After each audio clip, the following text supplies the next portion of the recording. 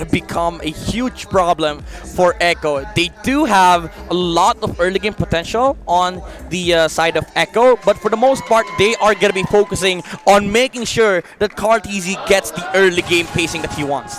Here we go. Game number 2. One more for Omega to get into match point. But Yaoi's not going to let him do that because he's already in. Is this a good idea? An invading Matilda? This is what we usually see. If I'm not mistaken, Matildas do their best to annoy the opposing jungler, whittle them down, and just get info where they are. Can I just say, for Smart Omega, I feel like Unbending Will is just like the perfect emblem for them. The more damage they take, the more damage they do. Yeah. Quick skirmish. Constantly fighting. At a third of his health. And this is a good deal for Chaknu. And for Renzio too. Wow. He will win these duels against Terimakasih more times than not. This is really annoying for Kartizi. There's just a Hilda standing in front of him, watching him, jungle. But what this gives Omega is the faster time for Ryzen to clear out his own jungle, because Echo's jungle at the moment is currently strengthened because the HP bars get higher whenever there's more heroes in the area. Last time we saw a Dire jungle get played, it didn't go so well. It went into the hands of RSG versus this team, actually, if I'm not mistaken, Omega. Oh, we just barely caught it. But first blood drawn by Echo, jumping onto Etomax. Oh wow, they timed that flicker so well. Etomax had to burn it. Yeah, again, Echo, they have the chance to get a snowball, get a good pacing in the early game, because they do have good skirmishing heroes. But Smart Omega, the thing about their lineup is that they have a lot of front lines, they have a lot of vision, and it's the same storyline from game number 1. They're just gonna allow Keldra to be enabled in these fights. So it's Echo this time around looking to get their momentum to shut down the early game pacing of Smart Omega. 4v3. The jump in onto Chaknu, taken down by Kartizi. You cannot deny the damage that the Dairoth can do even in this early game. And I'm thinking now, the lack of initiation from Echo is made up for in vision, and of course, that guiding wind from Yaoi. It makes so much sense now. Yeah. Can Terimakasih make a play here? Ryzen. Oh! Good on that retribution. Punished by our M2 MVP. A lot of kills going over to Echo, earning them this 1k gold lead. Yep, very good pacing for Echo. They find the early game momentum that they're looking for. Again, they have the necessary damage to take out the heroes of Smart Omega, even if the HP start getting higher, because they do have the Derot.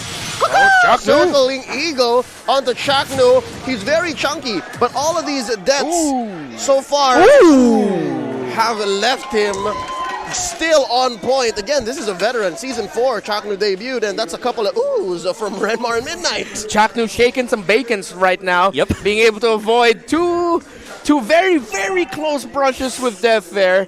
They couldn't afford to give another kill to Echo this early on. Yeah, Leo 3:13 is the timer here for Smart Omega. 1-1 just picked up the corrosion side. This is where Echo needs to start looking to pressuring this gold lane, because Keldra has been left in the kitchen for so long. Even though Benacuti is still getting a lot of farm, it's a good lane matchup still. Chaknu though. There's the Abysm Strike, jumped in, and Chaknu's still swinging away. He's saying, hey, bestie, hey, Yaoi, I'll take you up on Keldra He catches lives? 2 ults! Ults! Oh, no, but he wait, still what? goes to fly! The Filipino Savage takes a kill from the side! What? Wow. What? My goodness. And it's still going. Oh, wow! Trades left and right. Make that a 2-for-1. Omega timers are here. It's 4 minutes. Let me just say again, this is a huge problem for Echo. They find the right pacing in this game, but they have a big problem on the gold lane. They need to find a shutdown on Keldra, but Keldra managed to get a kill. So the momentum will swing in favor of Smart Omega. Now the late game will be heading, will be advantageous for Smart Omega. So Echo, they need to set things up for themselves. And Kartizi got a kill still onto Chaknu's Hilda. And Echo, despite taking big losses just a few seconds ago, were able to turn it around. Yep, it's a matter of finding their windows here, because just as much as we're saying Keldra was left in the kitchen, I don't know if it was a eating joke given the farm, or a cooking joke. It's the same about Benacuti. We can say the same for Benacuti. Umar? And now Benny Cutie will be even happier because he still has his tower. Kelra does not. And he is up on XP. So that's one up that Benny Cutie, the Storm, the Typhoon have over him. Let's look at the item game though. Yeah, again, Corrosion Sight is really, really important on the side of Kelra, but also we have to look at the itemization here on Benny Cutie. He has the Blade of Despair. So again, it's going to give a lot of damage on the side of Echo, even if the HP bar starts getting higher for Smart Omega.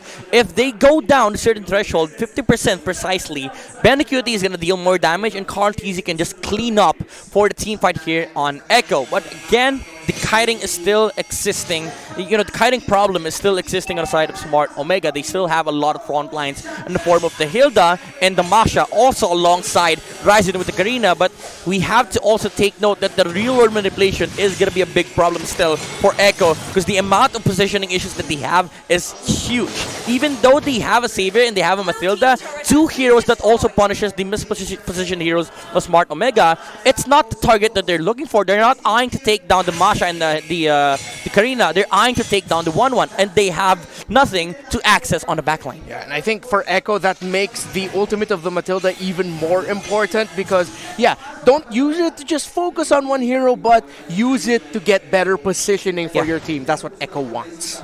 And so far, Echo have been getting what they wanted despite that small power spike, that momentum shift in the early game. Now approaching mid-game, this is the last turtle up, and Omega are just letting it go. They need to get turrets. As you guys were discussing, I was just watching the map and like, yeah, this is the first turret by Omega. So I think now we're back to the pace that we expected for them to play at. It's very slow, and they're waiting for Kelra to be online. Yep. Yeah.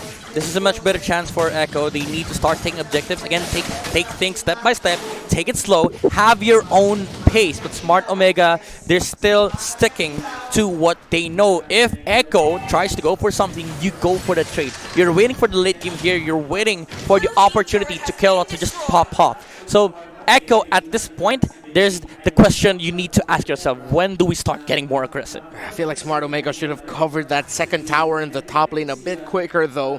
But if they do decide that, or if they did decide that they can sacrifice it, maybe just get better positioning elsewhere, I'll believe in Omega. But for me personally, they should have tried to save that tower because he gave even more go to Benny Cutie with that. Ooh! Etomax eats a Dawning Light, and Kelra takes to the skies. Down goes Carl TZ. Down goes Yowie. 2K for Kelra, traded out. Benny Cutie gets Carl TZ. Oh! That's Ryzen down, but just the same, Renzi has a lot of damage on him. 3 for 2. Kurt TZ goes down as well. Kelra looking for more. Here comes Renzo from the east. And he jumps onto him. Oh, the combos. He couldn't finish off Kelra. The Filipino Savage walks away. Hashtag deal with it. The moves! The moves, bro! By Kelra. It started with the movement over the cliff to dodge the Paquito, and even then, the micro mechanics of this guy outplaying EMRTZ, even with the surprise flicker, mind you.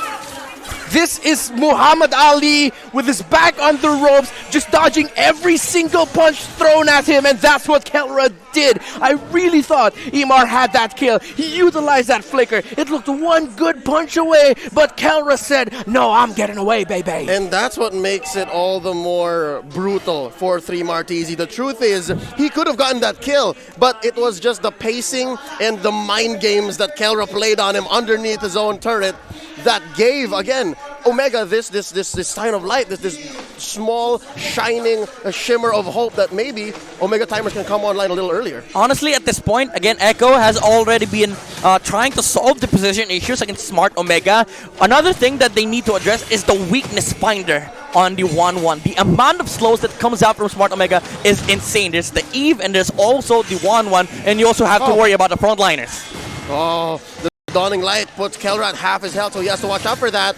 He has a few marks onto Yowie. Here goes Etomax with the RWM. The jump back into the back line. But still, Kelra survives despite the caca. And now they're getting punished. Yowie's going to go down here. Carl TZ already bit the dust. And now Terimakasih tries to go for it one more time. Benny Cutie disincentivized. But TZ does get the kill into the back line anyways. A 1-for-1 trade. Echo bites back. Echo needed to get a kill there just so that full control doesn't go to Omega, but Omega are It's pushing not over! The fun run metagame is upon us! Sprints on sprints takes down Curtizi. Omega Ryzen. ain't done. Chaknu spots out 3 Martizi. They're bringing down this level 1 Lord.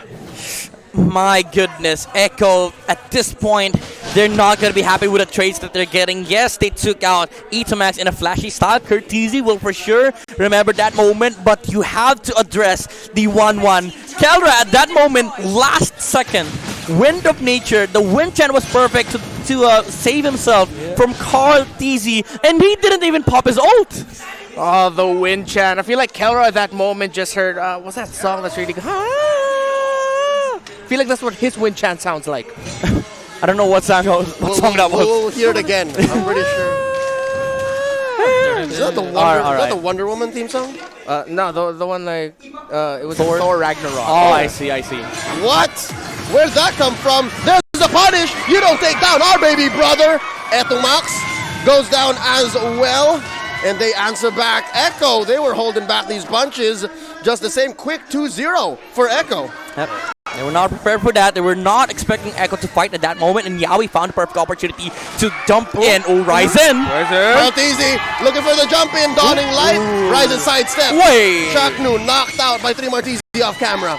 Ooh, it hits, but Ryzen had way too much health there. Now Echo going for their own counter punch, and after taking so many punches from Omega back to back to back, Echo said, that's enough. We can also go for our own punches. We can also find wins ourselves. Let's go for it. I like this aggression coming out of Echo now to even out the game. Yep, again, they still have the capabilities of dealing with the heroes of Smart Omega. Come the late game, they have enough damage. It's just a matter of movements all over these team fights. Now, Smart Omega, they're eyeing at the next neutral objectives alongside Echo, which is going to be the Lord. It's really crucial for either team to take this Lord because it's going to set up a huge momentum swing for either team. Echo, if they want to win this game, they need to secure this first Lord because if they don't and lose it to Smart Omega will take over the late game. Oh, and again, seems like it's perfect. We get a breather after a very, very hot match that we're getting right now. Trading blows yet again, except this time the story was it was Omega finding their footing much quicker, but now it seems like it's Echo finding the opportunity to turn things around in the mid, getting closer to the late game. There's a few things that shock me is the fact that it's actually 3 Martizi who's laying down a lot of the damage and Carl Teasy just cleaning up. That and the fact that for Omega, it's really the Kelra show. There really isn't much everyone else is doing. So the reason why it swung back decisively towards Echo again is because the shutdown on Kelra. The fact that they started by killing Kelra and then everything falling apart is why right now it's Echo who has priority over this Lord. If you'll see, before the game paused here, there's a huge presence from both teams in mid. They know that that's what's up. They know that that's what's next. Yeah, and I think for Echo, they now have the idea on how to deal with this 1-1. They just need to initiate first without Smart Omega being prepared for the team fight because they have a burst damage coming out from the Saber. And also what they have is the vision control all over the map. Because of the Dawning Light, you can use it everywhere you are, and you can use it to check bushes. So I think Smart Omega will, in the long term, will lose control in terms of map area and vision over Echo. But again, it's still the problem of can you get the team fight going in your favor? Because if you get kited around, 1-1 is still going to become a problem. Not just that, the fact that it's not just the Dawning Light that you can use to zone. Even that second skill you can use to zone. Like you can set a zone, you can set the field here, and there's no way Omega's gonna cross there. So that's huge battlefield control that Echo has. How does Omega even try to approach? They have to come back. It's two different problems that they have here. Yeah, they can really utilize how Renjo's been playing the Masha, or how the last time he played Masha really well was that he positioned so that he would just always be hunting the backline. This was going back to their last match in week 8 against Blacklist International. One of the reasons why Blacklist couldn't find their footing to completely turn the game around, because Renjo just kept going the long way around just to make it to their backline, because he knows he can survive. If you're just there long enough to annoy Echo, that might throw them off their game a bit, giving more room for Omega to push forward in fights. You know what makes me feel good about this whole Renzio Commando, like, wow, how perfect. How the Commando can accomplish his mission.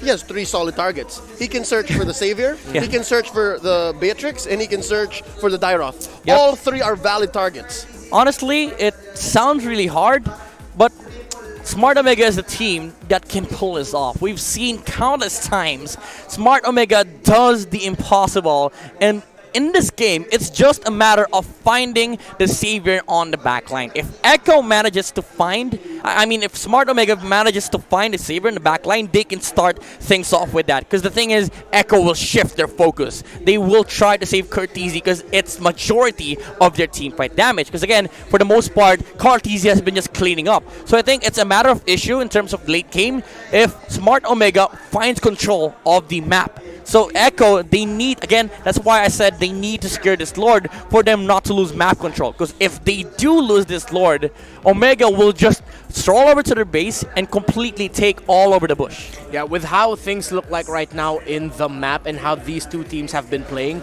if they don't make any adjustments, we could be 2, maybe 3 fights away from finding out who will win this game. Just look at the proc damage coming out from Curteasy. This is why Echo still feels confident to position themselves in this Lord area because they know Smart Omega, as you've said, Leo, they cannot contest it without over positioning themselves. Yeah, again, Echo is in the driver's seat, and Omega is just here for the ride. They have to find a way to take over the wheel and to tell Echo, hey, this is still our game to take. It's playoffs mode, Omega now, but that's not so easy to say given that there is still this 2K gold lead, and it is going to be Chaknu. Oh, Yawi! Right Yawi! Yawi in trouble. Kelrod. Oh, the stack! Oh, he got it all. There's a crossbow of Tang. Man. Look at the Lord, it's very low. Can Curteasy secure it? The answer is no. Ryzen takes it. Real world manipulation. Etomax in. Dawning Light answer back by Echo. Curteasy disincentivizing another engagement from Omega. We'll call it quits here. Omega closing that gap. Just 400 gold ahead, Echo is. That really will hurt Echo's late game chances. Now that the gold lead has equalized, let's check the items here. Benikidi having full damage at Winchun to have a decent chance against Kelra in terms of team fight, but Smart Omega, they also have the necessary items to deal and kite Echo's heroes around. If you look at Renzo, he's rocking a War Axe for added movement speed during these fights, and he also has the Guardian's Helmet alongside the Twilight Armor, which deals a lot of damage whenever he has used the ultimate and then swings an additional attack. So that's going to become a problem here for Echo, but for the most part, Etomax has always been keen on this position with the real world manipulation. Earlier I said we may be 2 or 3 fights away from finding out who will win this game, and I think we are still on that timers as Omega is now knocking on the face of Echo, forcing the Orcas to stay underwater. Permanent damage onto Echo's base. They penetrate top lane, and that's something that Echo always has to pay attention to.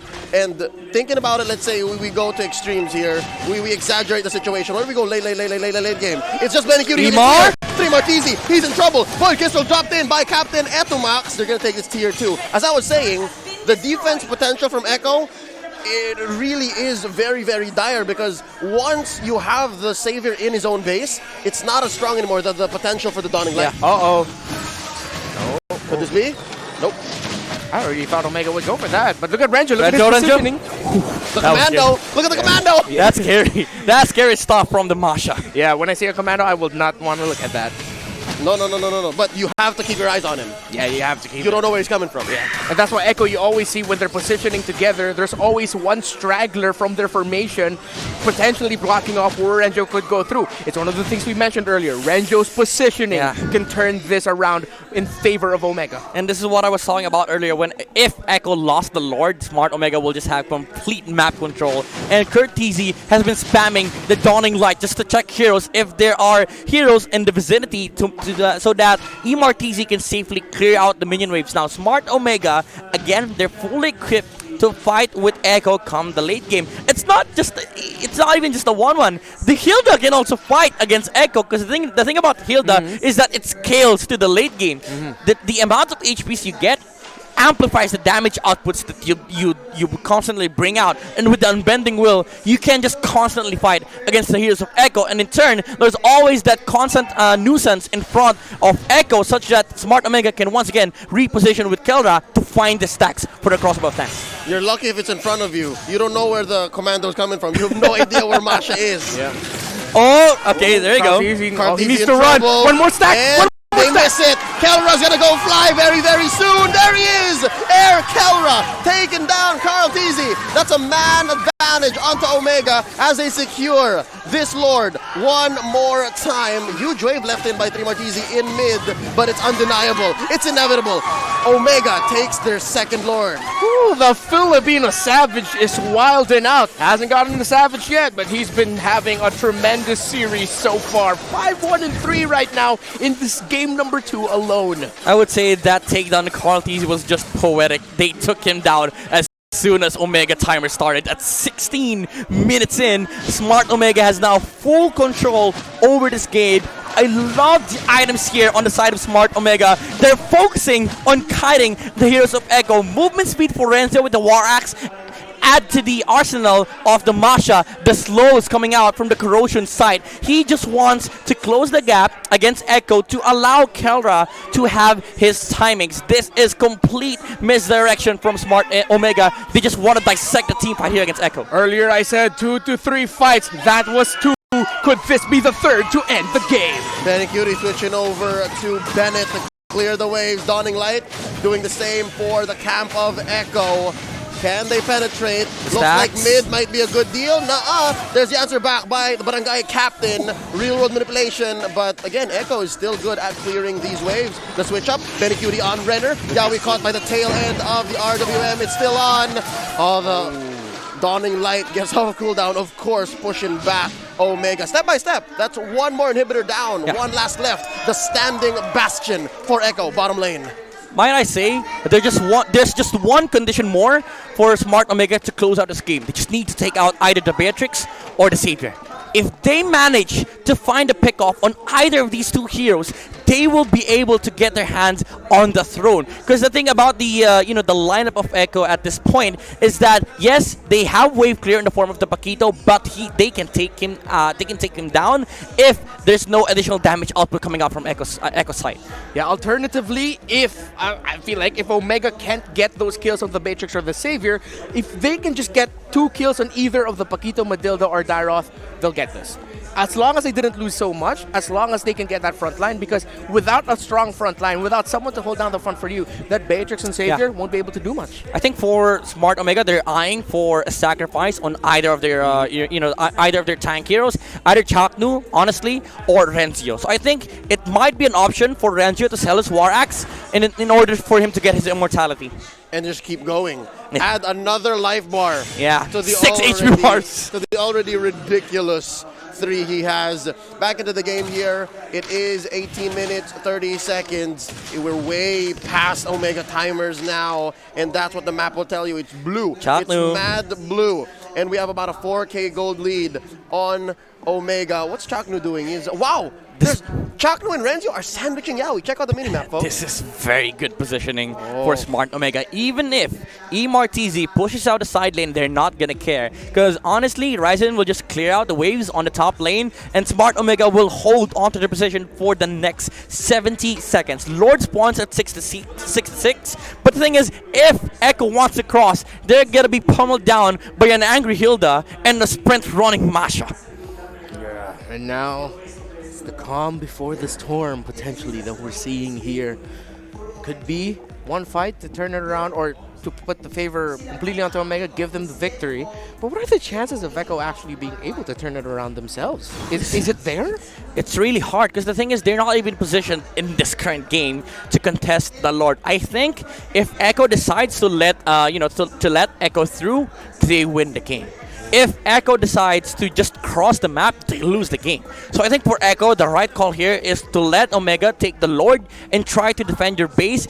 Probably try to get a snipe onto the 1-1 with the Matilda and the Savior. But if that doesn't happen, again, you're giving Smart Omega the chance to close out the game with the Lord. That's the Lord and the Masha running inside your base. It's come to the point wherein the the prior advantage that Echo had in terms of vision no longer matters. Yeah. Because threats can literally, to be able to survive this, you have to expect and assume that there's threats everywhere. Yeah. So that overloads their firepower. The follow-up doesn't exist, actually. If Courtesy uses the Dawning Light, if he manages to get a good poke on the side of Smart Omega, so what? They can just regenerate. They have the Guardian Helmets. They have the necessary items to sustain team fights. So I don't think Smart Omega will be backing off if Echo wants to fight.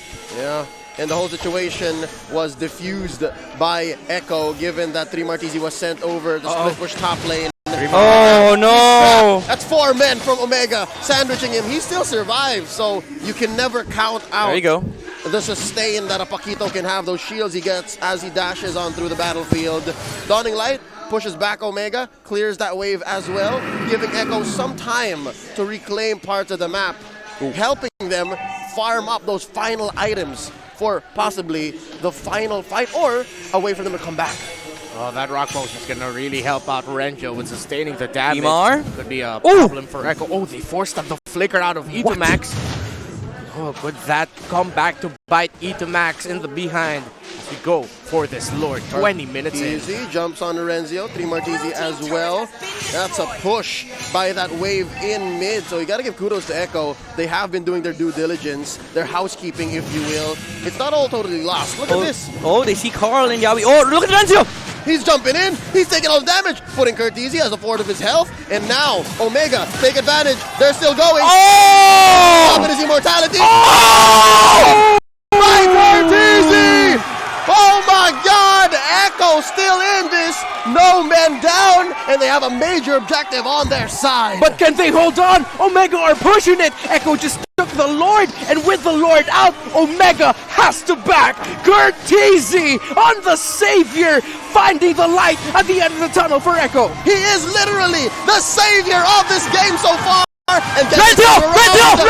That's a pushback. Terimakasih goes down. Renzio pushes back the rest of Echo. That's 1 man down. Another Dawning Light taking Omega's members down to half their health. They have to retreat. They have to get back and re-establish their pushes, because this mid lane push, what a thing of beauty from Echo. Finally, that Lord goes down.